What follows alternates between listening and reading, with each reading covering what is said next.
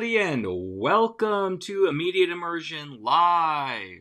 My name is Scott Benedict, and today we're going to be talking about one-verb stories. If this is your first time watching an Immediate Immersion Live, go into the comment section and type in hashtag newbie. And if you've been to one or more of the lives, type in hashtag returnee. And I'll be right back with you after our short intro.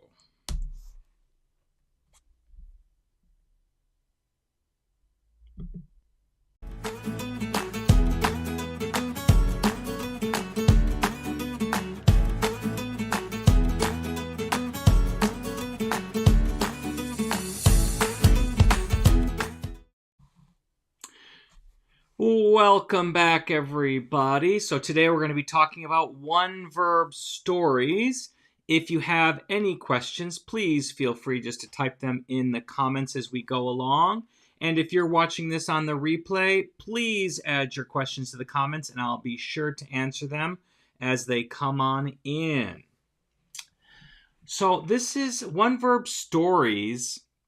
It's a thing I just learned about a few months ago.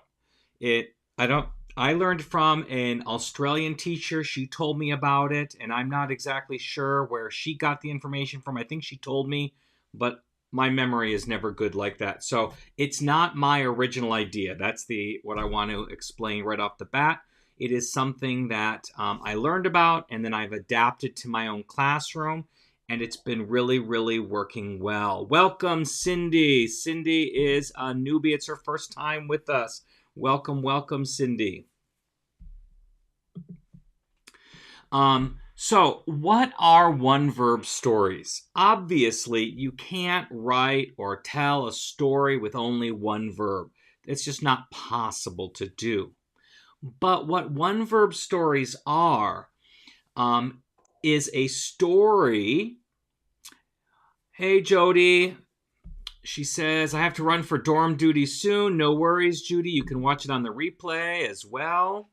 Thank you for stopping by. So, what they are is a focused story that is using one main verb over and over and over again. Welcome, Catalina. She's a returnee. Nice to see you back. So typically in a story, whether we are asking one or it's in a reading, we are focusing on usually three verbs or three structures at a time. And the difference here with a one-verb story is that we're focusing on one and only one. And Joanne, welcome, and Karina, both are returnees. Welcome, ladies. Nice to see you back.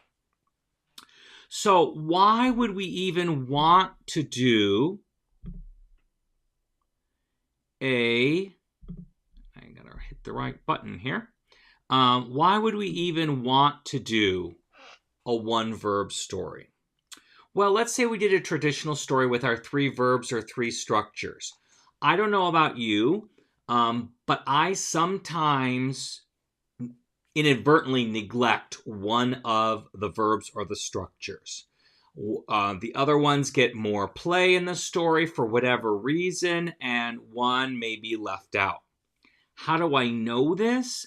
One of the things I like to do is, especially with my ADHD kids or kids who are having trouble focusing, I will assign them one of my structures or the verbs that we're working on, and I'll give them a little sticky note, and then I tell them every time they hear the word that I've assigned them, they are to put a little hashtag down to keep track of how many times I use that structure or that verb.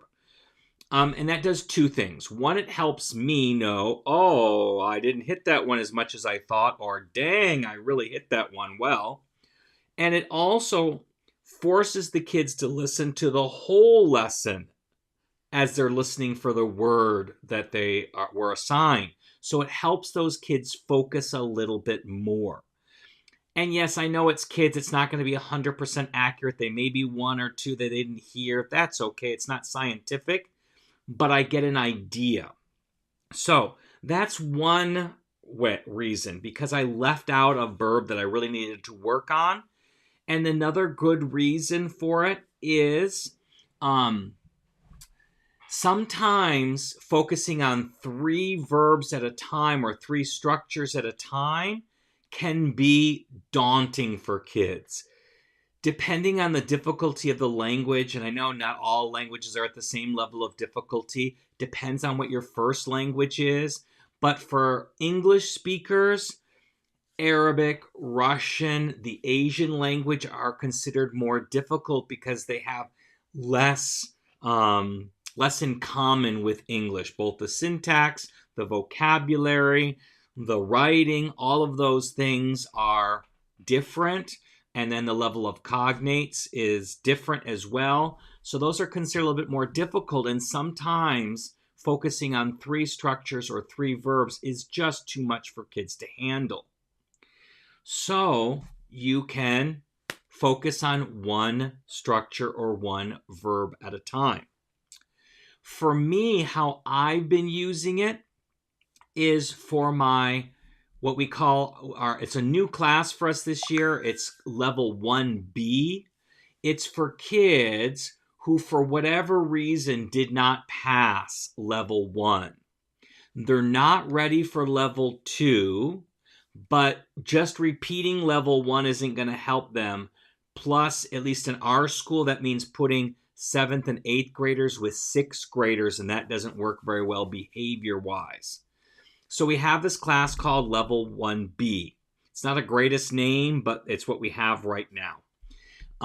And a lot of these kids didn't do well in Level 1, not because of cognitive ability, but because of behavior ability or lack of maintaining their behavior for a variety of reasons. So I have 27 kids in that class. At least half of them, if not more, have an IEP or 504 with some type of a learning disability or emotional disability. But I also have a huge group of just kids who don't do school well. They don't know how to behave. They're great kids. I love these kids, but they struggle to be successful in school. And so one of the things I've been doing with them is working really, really, really hard on building relationships with them. And I have to say, not to toot my own horn, but it's apparently working, even though the class is a classroom management disaster looking from the outside in. I'm connecting with kids, and they're saying it's their favorite class. They don't like Spanish, but they like the class. And I've even had, and I've been teaching for 20 some years, I have had on a regular basis kids come up and give me hugs, which is not normal in the scheme of things. And it's even boys who are doing that. So 7th and 8th grade boys are coming up and giving me hugs because they just are feeling that they are cared about. And I truly care about these kids. There's not a single kid in that class I dislike. But I have to do things very differently in that class because of all the behavior issues and the discipline issues and putting out all the different fires. I have to, I only get maybe 10 minutes out of 45 of good instruction time. And so I need to maximize that 10 minutes I have with kids. And one of the things I've been doing is these 1-verb stories, and they've been very, very successful. So we've only worked on 1 verb right now. So we've done 2 stories, oral stories, with the verb wants. So that's my focus. And then I've done some written stories with them because they're really poor readers. So I need to do more written stories with them than oral stories with them because they're poor readers, not just in Spanish, but in English as well. Some of them are 2 or 3 grade levels behind in reading. So I really have to scaffold reading for them. And so the two ways that I'm working on making them successful is one with the one verb story. So I'm trying to limit my stories to just one verb at a time. And number two, I'm also personalizing. So I'm writing these stories directly to them. So I pick a kid in class and I write a story about them using a verb.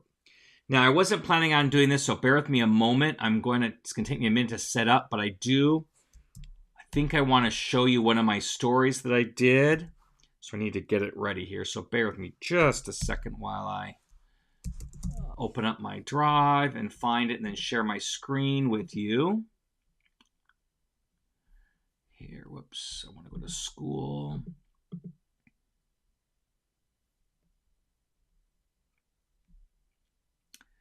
And my 1B.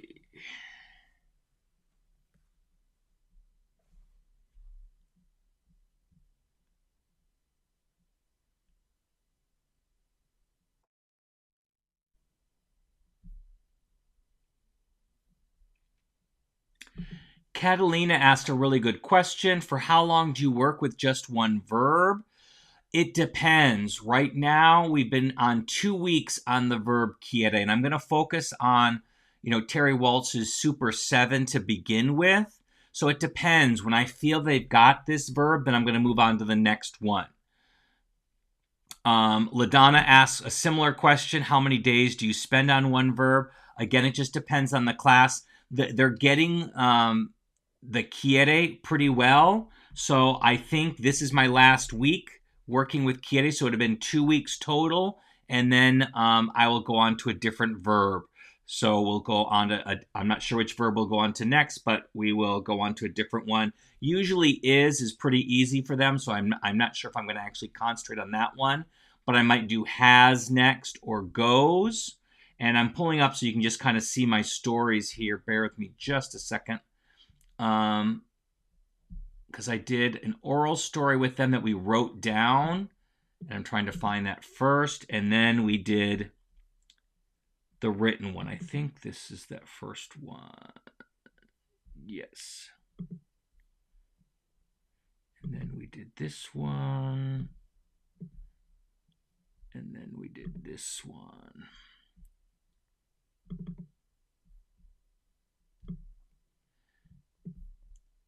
So it turned out to be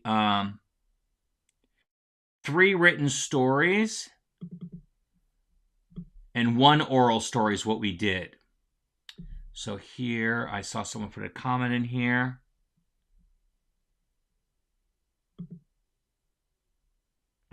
LaDonna says, do you do different persons, yo and el, for example? That's I or he, for example.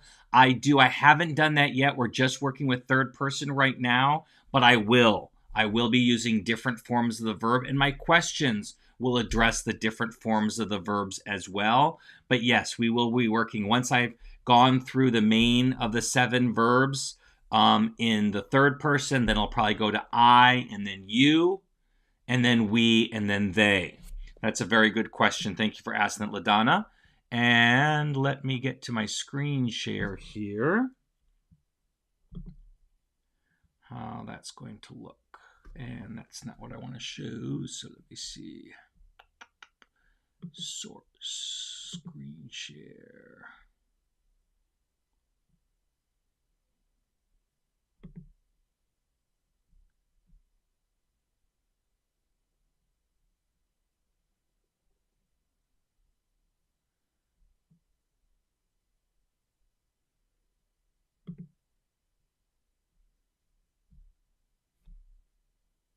Okay, so here you can see my stories here. They're in Spanish, so I apologize for those who don't speak Spanish, but I'll kind of translate as we go along. So you can see this was a co-collaborated story that we created together. And I wrote it down as we created it, and then they copied it down into their notebooks. So you see there is a boy whose name is Bob. Bob wants to be a king. Bob doesn't want a dog. Bob doesn't want a bear.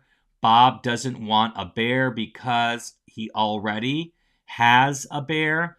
When I gloss in my text, I like to gloss right next to the word. I don't use footnotes or side notes.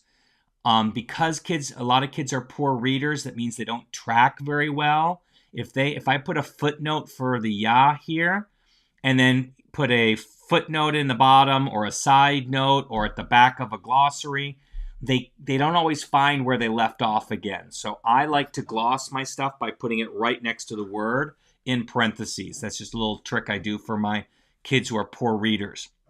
So already has a bear. Bob wants to be king because Bob wants to yell, I'm Bob the King, and I want to watch SpongeBob SquarePants all day. Bob wants to watch SpongeBob because he likes SpongeBob, because it is his favorite. Now you see I'm combining wants with another verb in there as well as wants by itself. Bob doesn't want to look. So I've got negative and positive statements in there so they can see how no works. In English and Spanish, it's pretty easy, but in French and German, it can get tricky. So it's good to show that in there. He doesn't want to watch Dora. Bob doesn't want to watch The Simpsons. Bob doesn't want to watch Family Guy. Bob doesn't want to watch American Dad. Bob doesn't want to watch Futurama. Those were all suggestions from my students. One day, Bob the King was in his house watching SpongeBob when his friend, Little Tyson, this is a kid in my class, Little Tyson, entered. Little Tyson has a big pizza. And I should not, this was a mistake on my part. I'm so used to talking in the past tense. I wrote this in past. It should have been in present tense to keep it with the whole story. Bob the King didn't want to eat pizza because he wanted to watch SpongeBob alone. Lil Tyson wanted to eat pizza. Lil Tyson didn't want to watch SpongeBob. Lil Tyson has hunger. Lil Tyson was sad because he wanted to eat pizza with King Bob. Lil Tyson says to King Bob, I want to eat pizza. I want to eat pizza with you. I don't want to look at or watch SpongeBob. I don't want to watch SpongeBob with you. The King Bob says to Lil Tyson, I want to watch SpongeBob. I don't want to eat pizza. I don't want to eat pizza with you. Lil Tyson is very sad and cries. It should be cries a lot. Again, I'm so much in the habit because I usually teach level 2 and 3 being in the past tense, and it was just a habit. But you get the point of the idea. So that was the first story that we did. I'm not going to go through all the stories, but this is the first reading of a story that I did. And I learned this from Maestra Loca called Stoplight Reading. So I gave them a digital copy of this. And so they got to see exactly what you're seeing right here on the page. Please read this text as many times as you need to understand what it is saying. Use the highlighter tool, the icon that looks like a highlighter. Highlight each sentence green. I understood this sentence easily. Yellow, it took me a minute, but I finally understood the sentence. Or red, I don't understand the sentence. So those are the instructions. Naoki is a kid in my class. Naoki wants a pet. So there is a boy whose name is Naoki. Naoki is 12 years old. Naoki has his birthday in April. Those are some review things that we're doing. We're doing numbers and we are doing dates. Naoki is in Spanish class. Naoki is very happy. Naoki is very happy, but he has a problem. Naoki wants a pet. Naoki is not a normal pet. Naoki is a very special boy. He's an extra boy. I don't know about you, but in California slang, extra means like above the top. It's not a bad thing, but if someone is really anal about something, they're extra. If they are high maintenance, they're extra, but it's not a negative thing. So he's an extra boy. It's a good thing. He's very different in a good way. He is a boy extra because he doesn't want a normal pet. Naoki doesn't want a dog. Naoki doesn't want a cat. He doesn't want a bird nor a snake. He doesn't want a fish nor a bird. Nor a rabbit. Naoki wants a special pet. Naoki wants an extra mascot, not as in another one, but one that is extra special. Naoki wants a bear. So you see, I'm just using this wants over and over and over again. I wrote this story, so this was not a co-collaboration. And then any words I knew my kids didn't know, I put in parentheses right next to that. But Naoki didn't want a normal bear. He wants a special bear. He wants an extra bear. Naoki wants a big bear. Naoki doesn't want a normal big bear. He wants a special big bear. He wants a big extra bear. He wants a super big bear. He doesn't want a super small bear. He wants a bear super big. He wants a super big blue bear.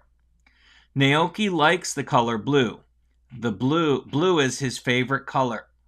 Naoki wants a super big and blue bear. Naoki doesn't want a super small and blue bear. Naoki wants a super big and blue bear. Naoki doesn't want a red bear nor a black bear. He doesn't want a brown nor a white bear. Naoki wants a blue bear. He wants a super big and blue bear. So that was the reading that they did, and I've done 2 other ones.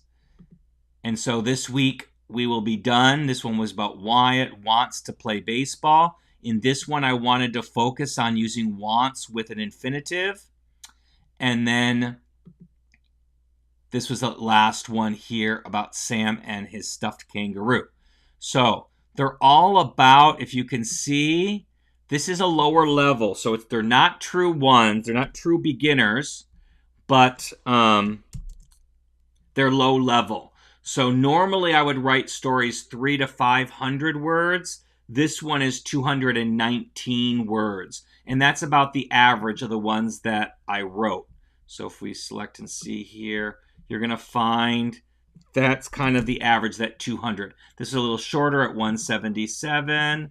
And the one about Naoki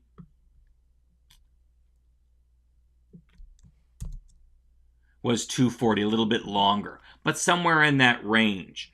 Once they read these, then we came back together as a class, and then we discussed it. I asked them questions about the stories in the target language. So let me come on back here and switch back.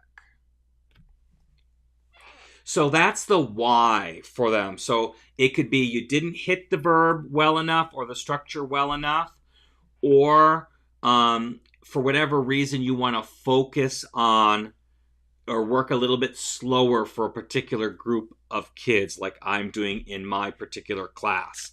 In my level 3s and my level 2s, I probably wouldn't do a heck of a lot of one-verb stories with them, unless it was a really tricky verb or a really complex grammatical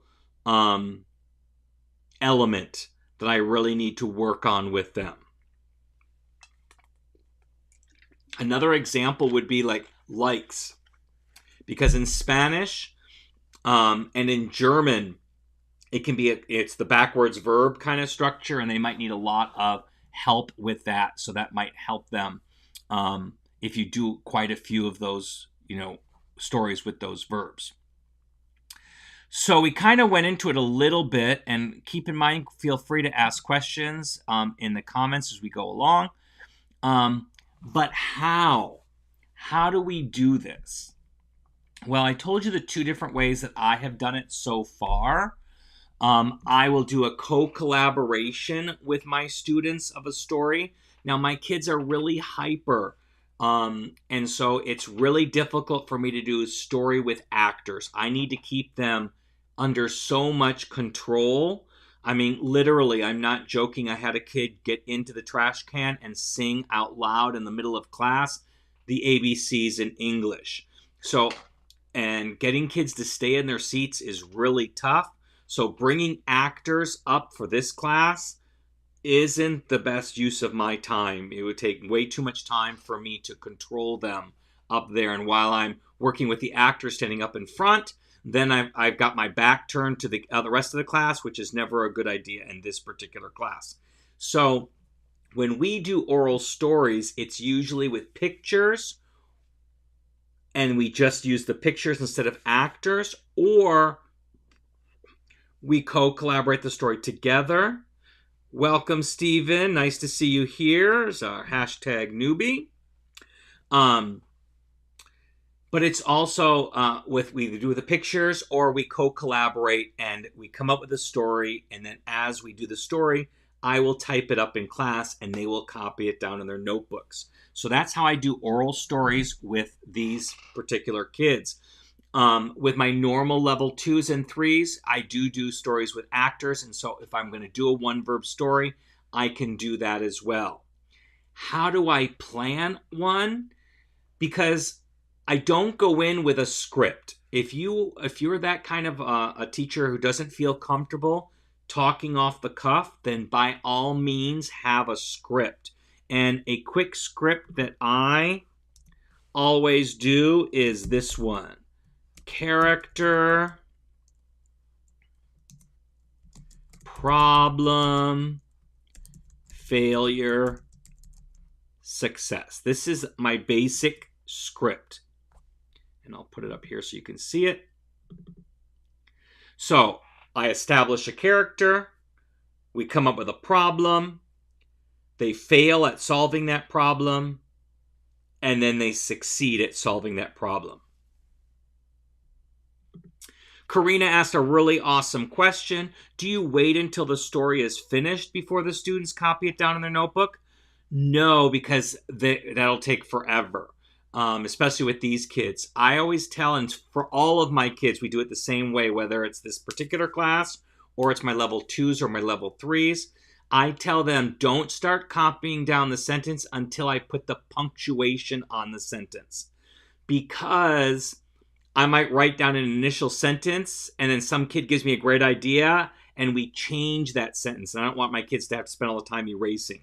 So once we put the punctuation on the sentence, unless there's a grammatical or a spelling error, we don't change it. So they have their notebooks out. We're discussing the story. I'm asking questions. I'm asking leading questions. I'm asking review questions. I'm asking comprehension questions. And then once we get the sentence down and I put a punctuation on it, whether it be an exclamation point, a question mark, or a period, that's when they'll copy it down. So they're copying down sentence to sentence. I'm not giving them like 10 minutes at the end of the class period to copy it down. That's a great question, Karina. So I will start with, I always have this mental script in my head, this one here, character, problem, failure, success.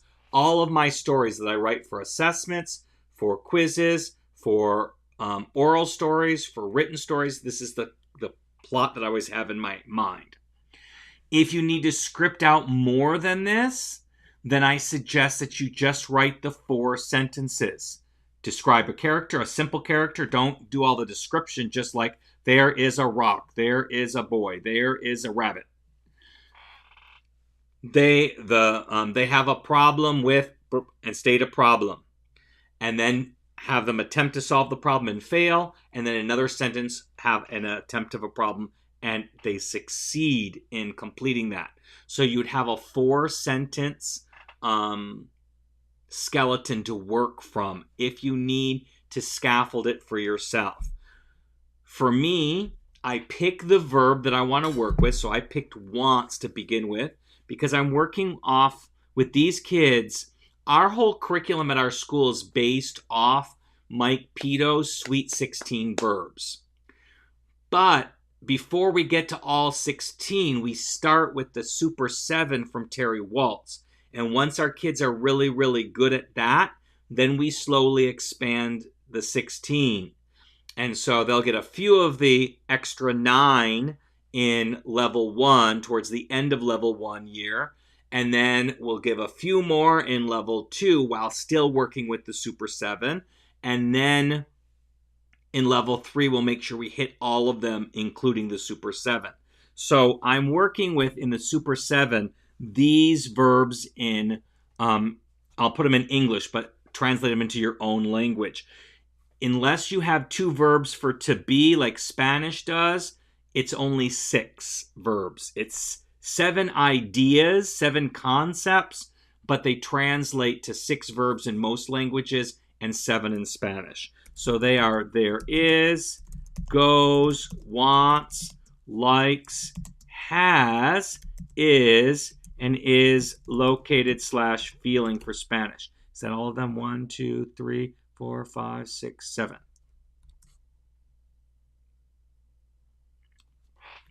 LaDonna says, do you change your story every day? Yes, I do. Hear those verbs. I do, because I don't want them to get the idea, LaDonna, that their job is to memorize the story. And so if they hear the same story over and over again, even in different formats like oral and then written, they get an idea that their job is to memorize the story, and that's never their job. Those stories I just showed you, those were 4 very different stories. They just focused on one structure, wants. So great question, LaDonna. Thank you. So looking at these 7 verbs in Spanish, the ones I really want to focus on is goes, wants, likes, has, and is located, and is feeling. So I probably won't hit very much the is, because that one's pretty easy for kids to get. And there is gets up in every story, so there's probably not a need for that one as well. So it would be those ones that I'm going to be working on. So goes, wants, likes, has, and is located / is feeling. So I will write a few stories on using the verb is located, which in Spanish would be está, and then a few versions different, separate them. Don't put them back to back because they're too close. Using está as feeling in there as well, where I just focus on that. So I will work in that.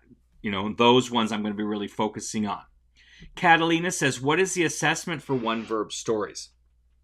You can do the assessment in multiple different ways. If you only want to assess the knowledge of that particular verb, then you're just going to write another story and either present it orally as a listening and they'll answer questions about it, or they'll read it and answer questions about it. But I think for me, I am going to do a few of these one-verbs so that I'll have maybe 3, and then I'm going to write a listening and a reading based off the previous 3 verbs we worked off of. Just so I'm not giving it so many assessments. So let's say I'm going to do, we've been working with wants right now. So let's say my next one's going to be goes. And then I'm going to use, because what goes really well with goes is located. So I'm going to work on those 3 and then write an assessment based off those 3 verbs. And then I'll take 2 weeks to work on has, 2 weeks to work on is feeling, and 2 weeks to work on is likes. Not is likes, just likes. And then I'll write another listening and reading quiz that are based off of those 3 verbs. For speaking and writing, because, they're not true beginners, but they are still very beginners because they didn't do so well in level 1, we're holding off, and my normal rule for writing or speaking in a level 1 class is to wait 2 to 3 months before we do anything where they're being assessed on their writing and or their speaking. So for me, that'll be November will be the first time they'll be doing that. And then I could have them write a story. And again, I'm going to chunk the verbs together. I may give them 3 verbs that I want them to include in their writing. Or in a speaking where they come up with their own story to tell me, I may say I want them to use 3 verbs to do that. I don't think they'll have enough skill to use just one singular verb over and over again like I'm presenting to them. So I think it'll be easier if I give them 3 verbs to work with when writing or speaking as well. But that's a great question, Catalina. So as I said, I go in with that script, I go in with this verb in mind, and I don't know where the story's going. Or you can script it out a little bit more, write those 4 sentences so you do know the basics, the skeleton of your story, and just ask leading questions of your students to flesh that out. I will just go in blind. I just know that I've got to have a character, I've got to have a problem, I've got to have a failure, and I've got to have a success, and I know I want to use the verb goes. So I'm going to start asking leading questions. Who is our character? Do we want a person? Do we want an animal? Do we want a thing? I like things more because animals and people tend to get stereotypical, and I don't want to apply any stereotypes to them. So if I do a toaster or a pencil or a piece of paper or a book or a rock or a tree as a main character, there's no stereotypes that generally get attributed to them. So I like using things, but I let the kids pick. But I might say sometimes it can't be a person, it can't be an animal, it must be a thing. So I ask my leading questions. Then I go all out and I say, okay, so what does this thing look like? Is it big? Is it small? Is it fat? Is it skinny? Is it, what color is it? Does it have hair? Does it not have hair? Just all the different kinds of things to get physical characteristics out. Then I'm going to ask things about age. How old is it? When is its birthday? Those types of things. Then we're going to talk about where does it live? Does it have a big family or a small family, or is it all by himself? Does he have any friends? What does he like to do? Establishing the character. In my stories that I shared with you just a minute, you saw we only did a very little bit of that because I really wanted to focus on the verb itself that I was focusing on. But I still ask these leading questions, so you can go as depth or as minimalistic as you'd like. But think about these things as you're developing a character. Then we find out what the problem is. So the problem was, in my first story, is King Bob wanted to watch SpongeBob alone. And then someone came to the door. So that was the problem. The problem for the second story was Naoki wanted an unusual pet. He didn't want a normal pet. So that was my that was the problem in there. And so when you solve a problem at the end of the story, it doesn't always have to be a happy ending to where the problem gets solved and they got happy. So at the end of our Bob story, it was just Lil Tyson was not happy because he didn't get to eat pizza with his friend. And he was sad and he cried. But I just keep asking leading questions to go through the different points of the story. And I write it down. The story about Bob and SpongeBob SquarePants was not my story at all. It's all the ideas my kids came up with. Now, not all kids will participate. You're going to have your loud kids who are going to always raise their hand and want to get their ideas in. And I listen to them. And what I'll do, this is another reason why they don't, when I write stories out, I tell them not to copy it down until I put a punctuation on it, because I might put the choices down on there. I might list them. So like when we were coming up with the name Bob, I got lots of names. So maybe I got Harry and I got Jimmy and I got Sarah. I make a list because I'm going to forget. So I'll just type it on there and I'll erase it afterward.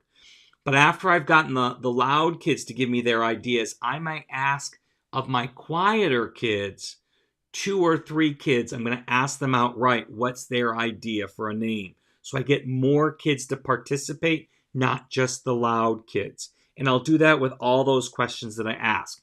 I will take the ones who volunteer first, but then I'm going to ask 2 or 3 kids who didn't volunteer what their idea was to get their opinions. And sometimes they have some really awesome ideas that I choose to go with. So that's another thing that I do.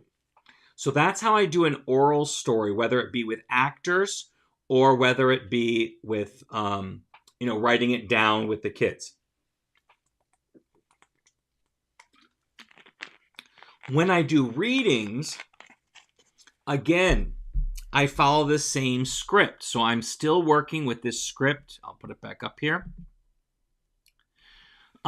Character, problem, failure, success. So this is my idea that I have in my head and what I want to work with for them.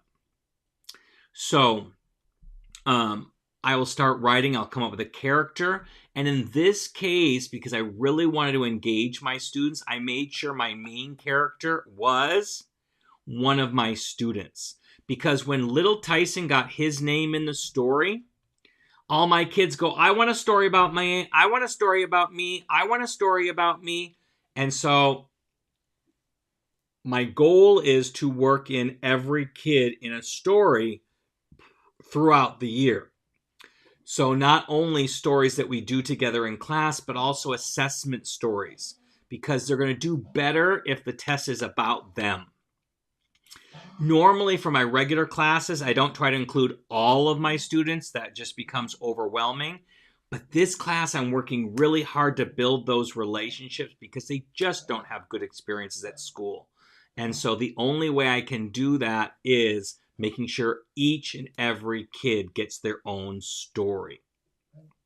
And so that's what I've been working on. So I've already done one with Lil Tyson in it. We did one with Naoki in it. We did one with Wyatt in it. And the one they're reading this week is one with Sam in it.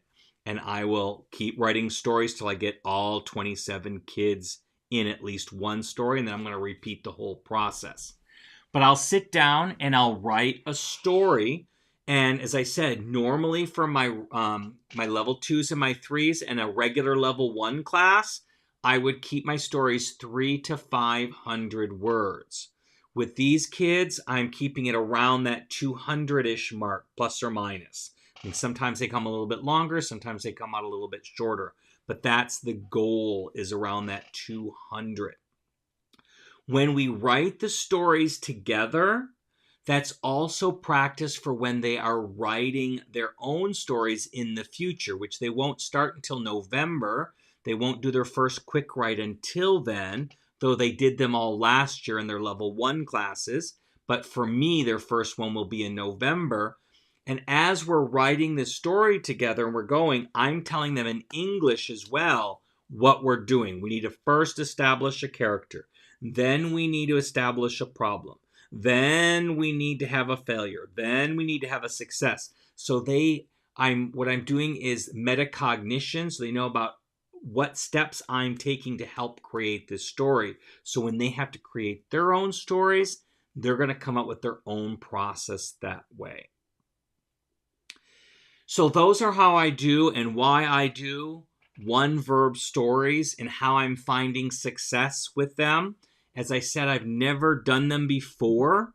This is something new, and I've just been doing it this year for the first time. I learned about it over the summer. I think it's from Catherine from Australia. I think that's the one who told me about it, but I might be wrong. And it wasn't her idea. She just pointed me in the direction of where she got the information from. But I just took it, ran with it, and made it my own. And it's been working really, really well for my level 1 kids. For our first assessment, and I said these are the kids that don't do well in school. They did not pass level 1 the first time. They are failing multiple classes usually. They just don't do school well. On our first assessment, which was a listening assessment, because I realized they were low readers, I didn't want to give them a reading assessment until we worked really a lot with reading. They'll probably get one in the next 2 weeks. But I had a 96% what do you call it? 96% of my kids hit proficiency, which we're on an 8-point scale because we're IB. So that means they understood a what do you call it? An oral story. I just lost what I was going to say. They were proficient, so they understood an oral story. 96% of them got proficiency or better, a 5 or better. So that's like roughly about an 80% or better for them that they understood the story. 96% of them. And when we celebrated that, and some of the kids, got 8s, which is the highest score, it'd be like a perfect score, that never have gotten an 8 in their life before. And so they were really, really proud of that. And so I think slowing down for these kids, making sure that I knew they were going to be successful and working with one verb at a time has really helped them to become more successful in there. Even though, remember how I started that, we're only having about 10 minutes out of every 45 of actual good instruction because of all the fires that I have to put out. I see my kids for about 45 minutes, 5 days a week, but we're only getting maybe 40 to 50 good minutes a week of instruction in that particular class. So, any questions or comments about one verb stories that any of you have? While you're thinking about that, I do have, and I'm going to look it up right now, I do have a blog post that I wrote about this as well, and I will find it and give you the link as soon as I can find it. Oh, wait, it's not a blog post. I have a cheat sheet. That's what it is. Let me go there. US one verb, is that how I put it? Yep, there it is. So I created a cheat sheet for it. I've not written a blog post yet, but it's coming. And here is that link. I put it in the chat that you can go and download the one verb cheat sheet or guide that gives you all the information.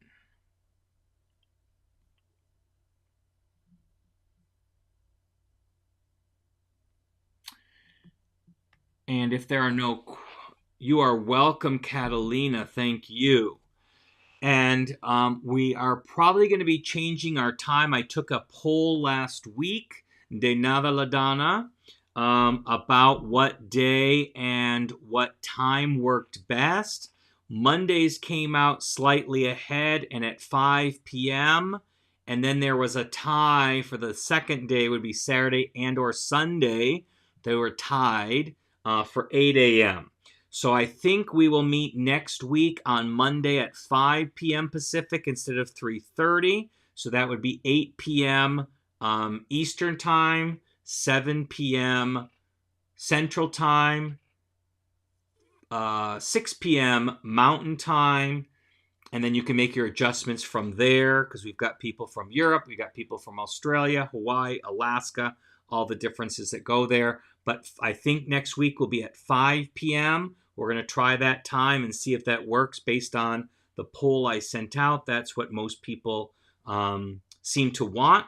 So I want to get on when you guys are going to be able to watch and participate. I'm not sure what our topic will be next week, but I'll let you know. I'll post it and share it with all of you. I hope you all join me next time. If you haven't already, please like and subscribe this video. It helps to get out to more teachers. And then if you subscribe, you'll also click the notification bell. That will help you get notified when I do put out the new videos. But right now, we're looking at next Monday at 5 p.m. Pacific.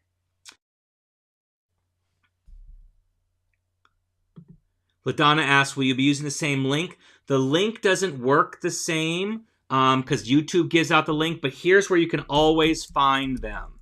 This is the link that you can always use, and you can access them this way. You can go to mm.us/live. and that will always show you my live links on there. And if you subscribe to me at youtube.com/immediate immersion, that's the YouTube channel. And if you subscribe and get notifications there, you'll also get notified that way as well.